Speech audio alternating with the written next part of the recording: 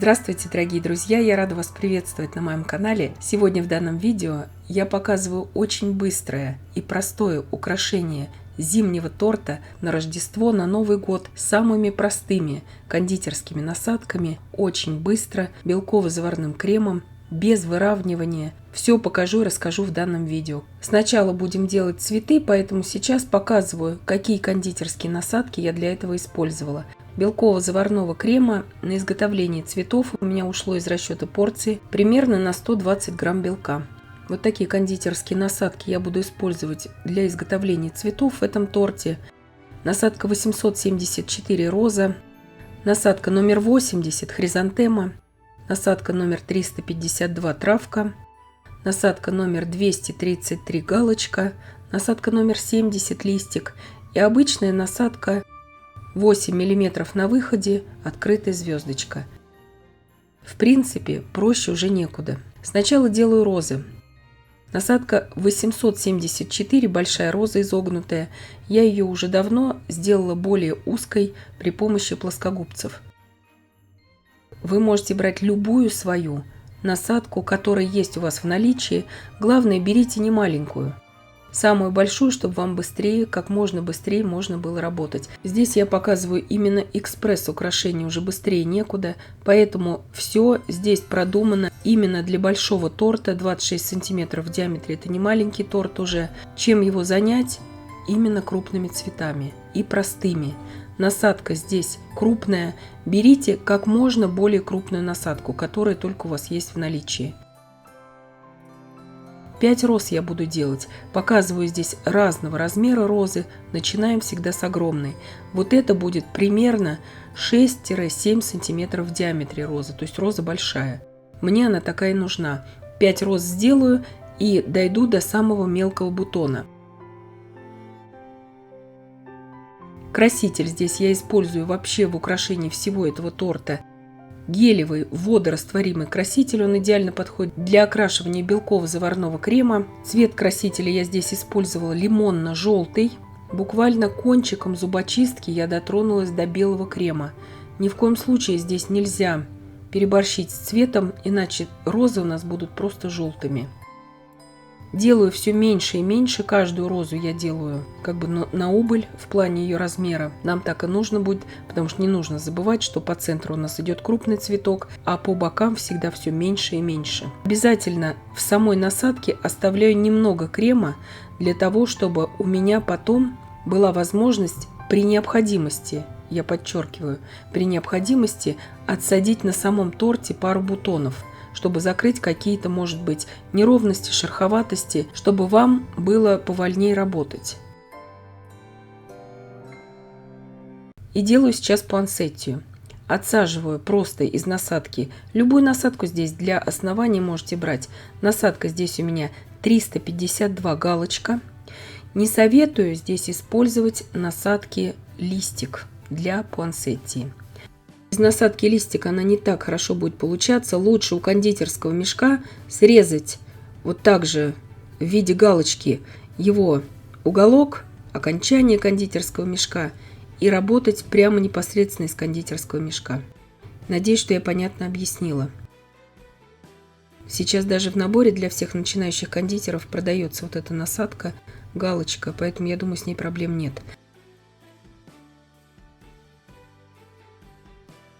Использую здесь бордовый кондурин, придает особый блеск, такой нарядность цветам. Часто пуансеттию и флористы покрывают еще блеском, золотом и просто кондитерскими посыпками золотыми украшают центр цветка.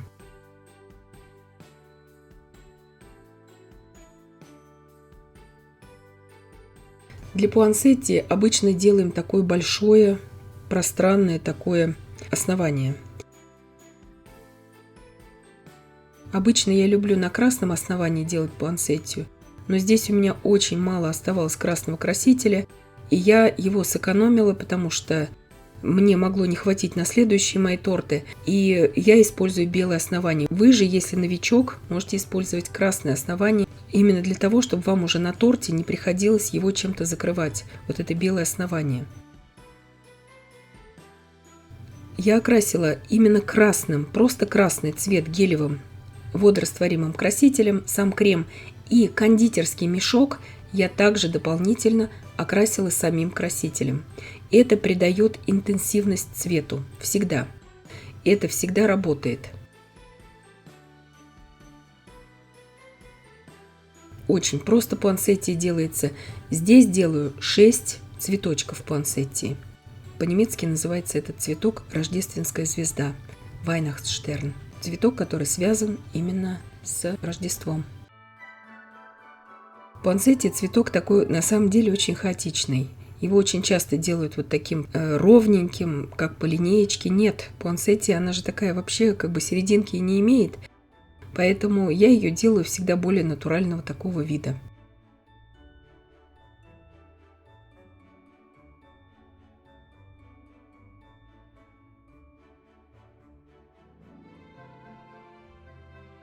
Теперь сделаю шишки. Буду делать всего 3 шишки, потому что времени не было вообще. Беру насадку, здесь у меня номер 80. Узкое основание делаю для шишки.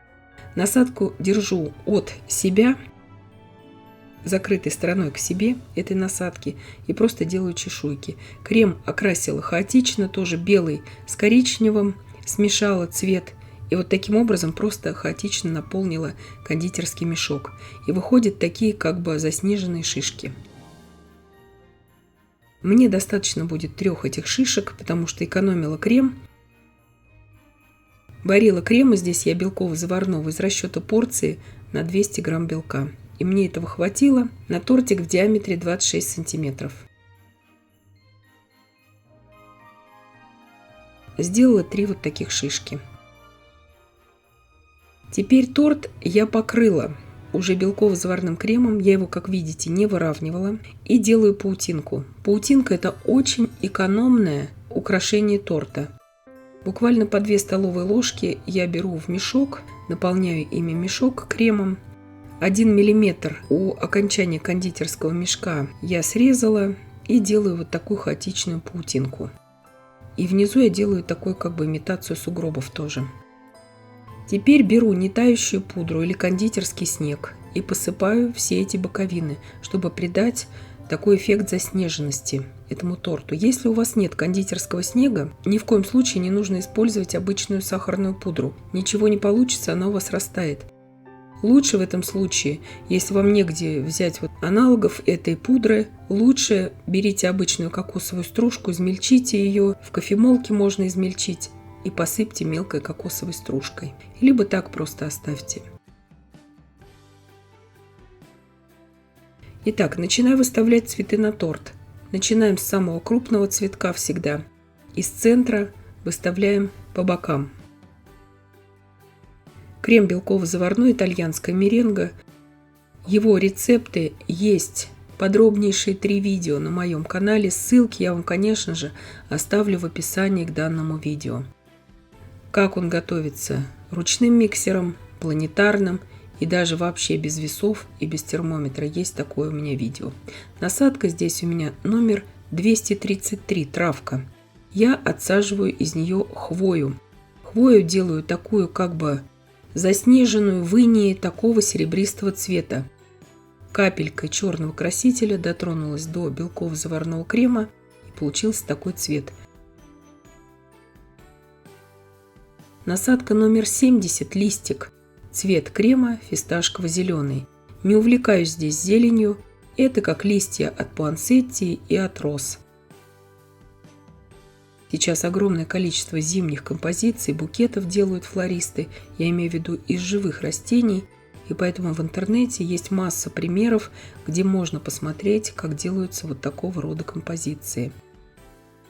Здесь взяла простые шоколадные шарики, конфеты покупные, окрасила их слегка кондурином, кондитерским золотом. И в принципе основное украшение у меня уже готово. Посыпаю сейчас хвою еще такими очень мелкими шариками сахарными, то есть посыпкой сахарной. Ни в коем случае здесь уже не использую пудру, потому что можно испортить всю композицию.